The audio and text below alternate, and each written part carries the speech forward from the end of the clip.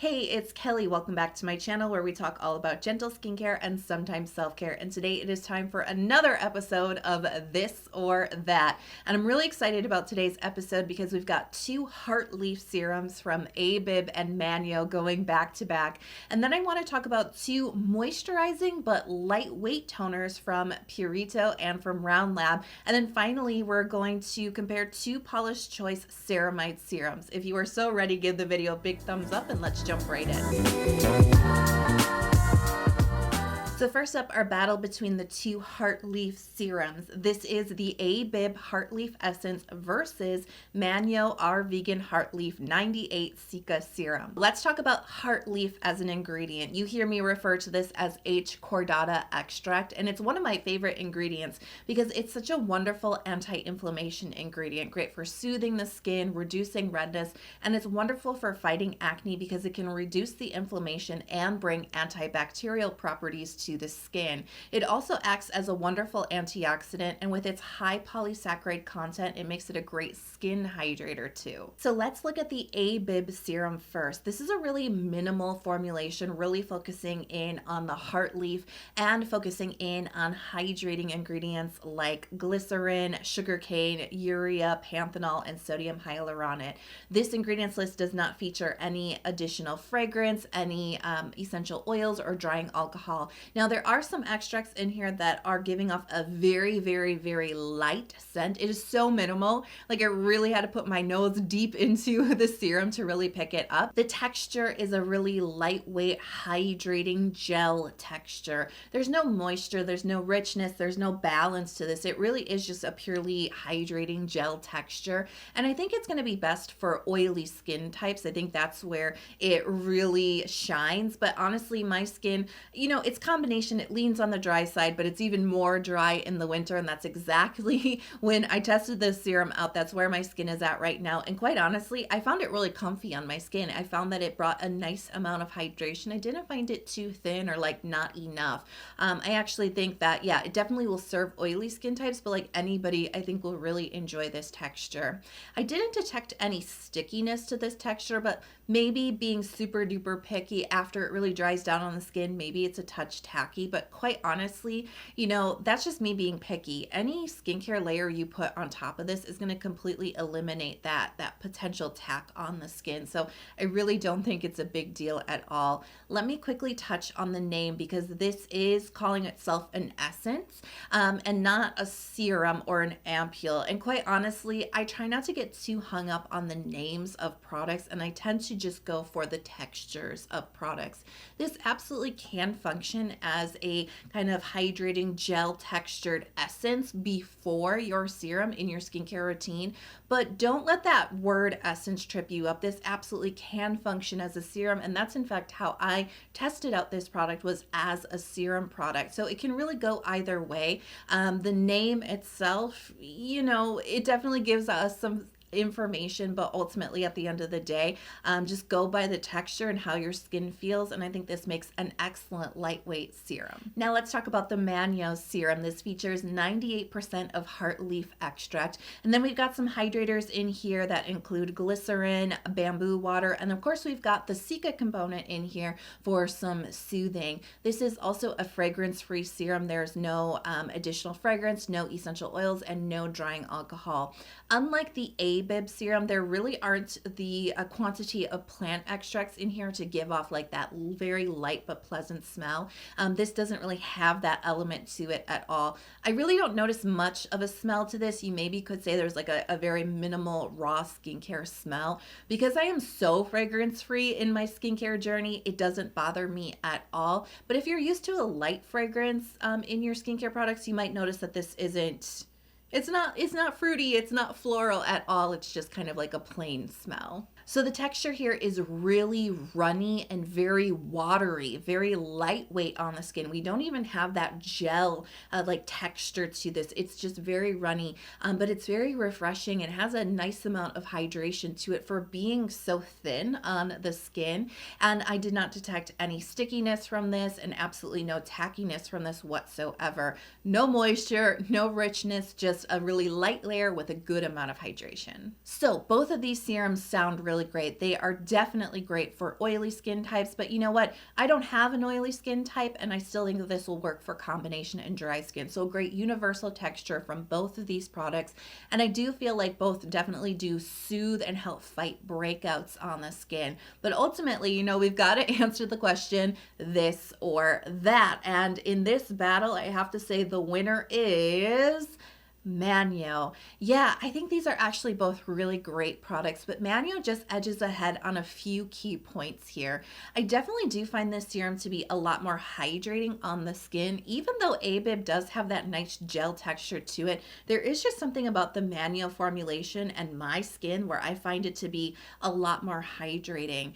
I also find the Manyo to be a lot more soothing on the skin. I do have sensitive skin, so I can go through bouts of irritation or feeling like my skin just is a little bit stressed out and needs that like soothing, calming feel.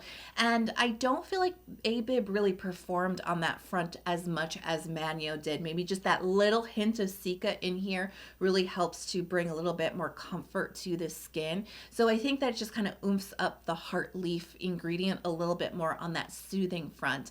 And I think that Manyo is actually just a much better deal for the money, because this is, if you didn't notice, a very big serum bottle. This is 100 milliliter of product, and this retails around $20. I believe I paid about $20 for this, which I think is very fair for, like, you know, 2-3 times as much serum as you would normally get.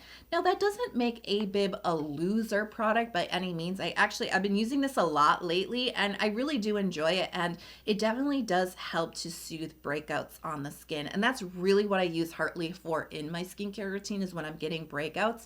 It's one of my go-to ingredients to help gently soothe that without chemical exfoliation.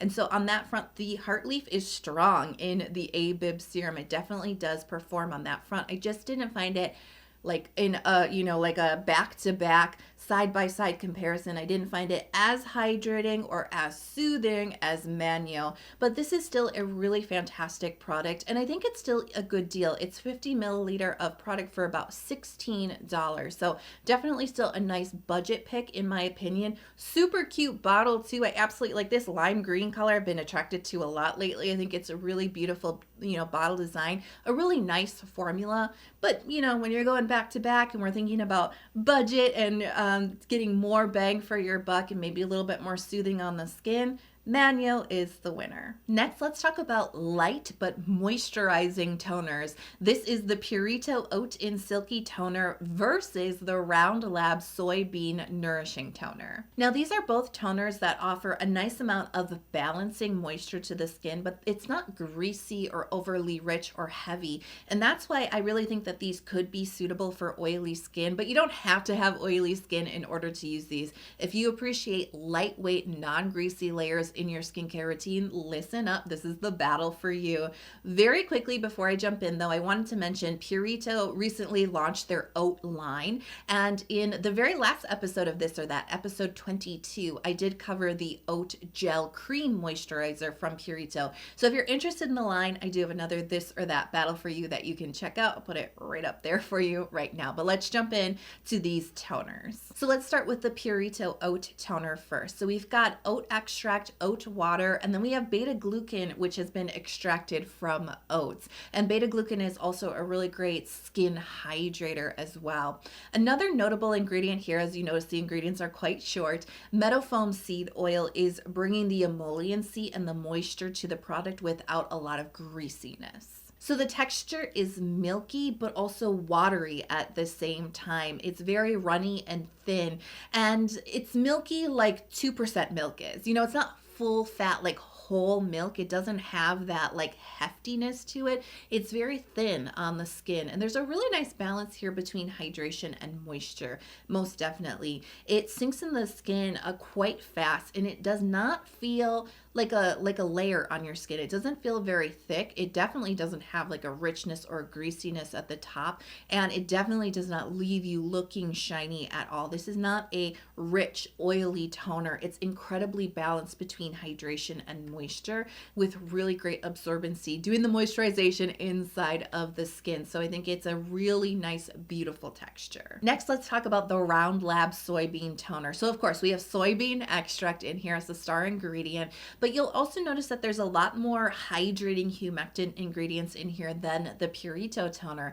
So we have glycerin, sodium hyaluronate, sugarcane extract, and panthenol. So the texture is milky, but we have that watery, thin texture again, but it is different than Purito. Like I said, Purito is kind of like 2% fat milk, and I would say Leavv is like 0% fat milk or skim milk. It definitely has a thinness to it, more wateriness to it than Purito does. So here the texture is a lot more on the hydrating side. That's what you feel when you get it onto your skin. You feel a really nice amount of hydration and just a nice light amount of balancing moisture. You know, if Purito is kind of like a good balance between hydration and moisture, like 50-50, I would say that the soybean toner is a little bit closer to like a 75-25 mix. 75 being hydrating, 25 being moisturizing. So the balance here is a little bit different, and it definitely has such a nice light feel on the skin. It does not feel greasy. Again,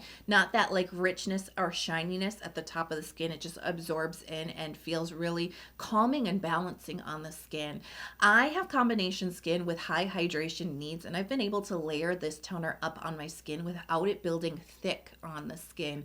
I think it really achieves a nice amount of balancing moisture with just a very lightweight, non-greasy formula. So this or that, and this is a tough one because I think that they're both great, but it's really going to come down to what you value in a moisturizing toner. And I think the biggest difference between these two really comes down to the ingredients, because as you notice, the Leavv had more humectants, more hydrating ingredients in it, where Purito was the only toner here to have a little bit of an oil component to it with the meadow foam seed oil. And I think that's the biggest difference between these two products.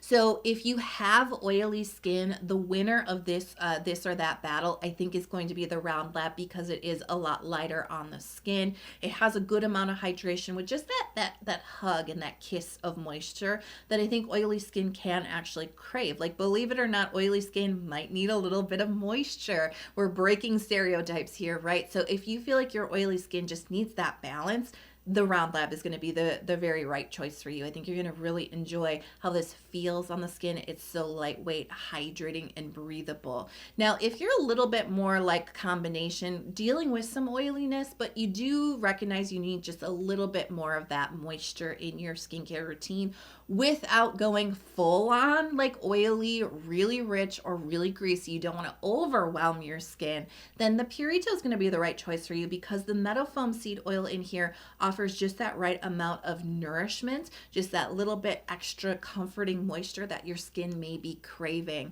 So both are excellent, but I do think that they can serve different needs for different people. Next up is the Ceramide serum battle, and these are both from Paula's choice. This is the Calm Repairing Serum versus the Omega Plus Complex Serum. Now, at first glance, these products look incredibly similar. I mean, even the bottle and everything is really similar. Ingredients look the same, but they are actually different, and they're going to, I'm just going to spoil it right now, they're each designed for different skin types. So let's dive in. So the Repairing Serum features 3 different types of ceramides. We have cholesterol in here. We also have phytosphingosine, which is a great barrier supportive ingredient, and we have a fantastic antioxidant coenzyme Q10, which you may also know, Q10, a great ingredient for helping with fine lines and wrinkles. So the texture is a loose gel-like texture with a lot of hydration. There's a couple different forms of hyaluronic acid in here, and you can definitely feel that in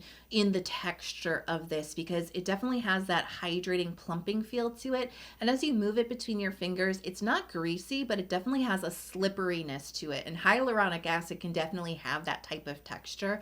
So it definitely feels plumping, really hydrating on the skin with just a hint of balancing moisture to it. There is a little balance to this serum. It's not full on hydration.